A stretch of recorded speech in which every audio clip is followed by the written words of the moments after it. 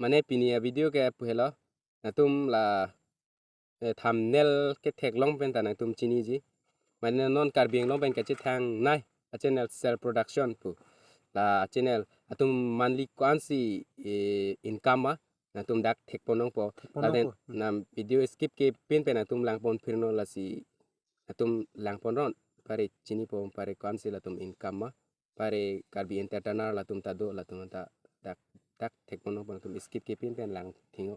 ing pare toko nang pai to no na ba tang te full screen mo dam lo na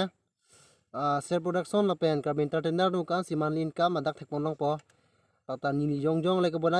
bonai pen ga lilo nang ni tumana pak la ke social media long pen si adak ang song mi sina than lo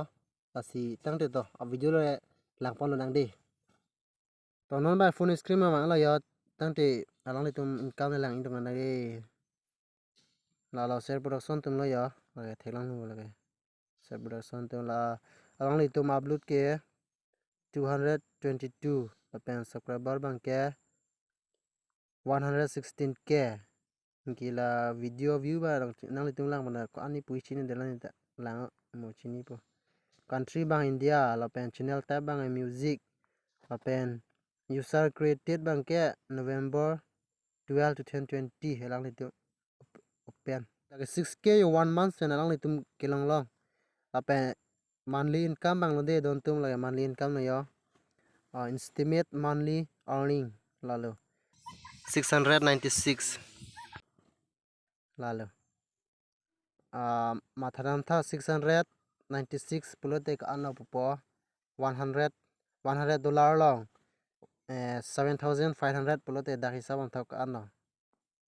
696 pulote nangli tum hisab de no dak bang ka anna income 45000 nam leng rok lo tum 1 month income dak teng pulote 45000 no monthly income lo lang nam thai velu bu avelu la recent upload pulo yo lo jor su to tang te non bang ke self production tum bang lang elo non bang ke Karbi entertainer tum pala lang pon thinang de don tum ton te don tum non bang ke Karbi entertainer tum bon bang le lang pon thuik na de pupon nang lang ting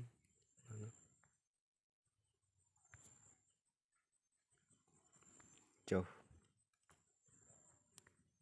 na den kan upload bang ke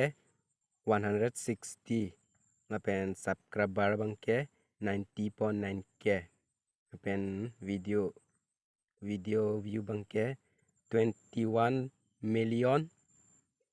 8,98,189 jo lagi video view lo de apen country bang ke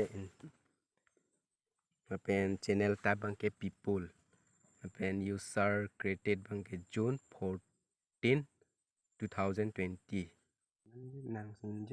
to la non bang ke self production no pen Karbi entertainer tum ta lang i lo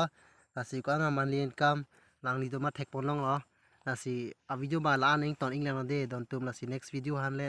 nang le tum nang chong hong chen no si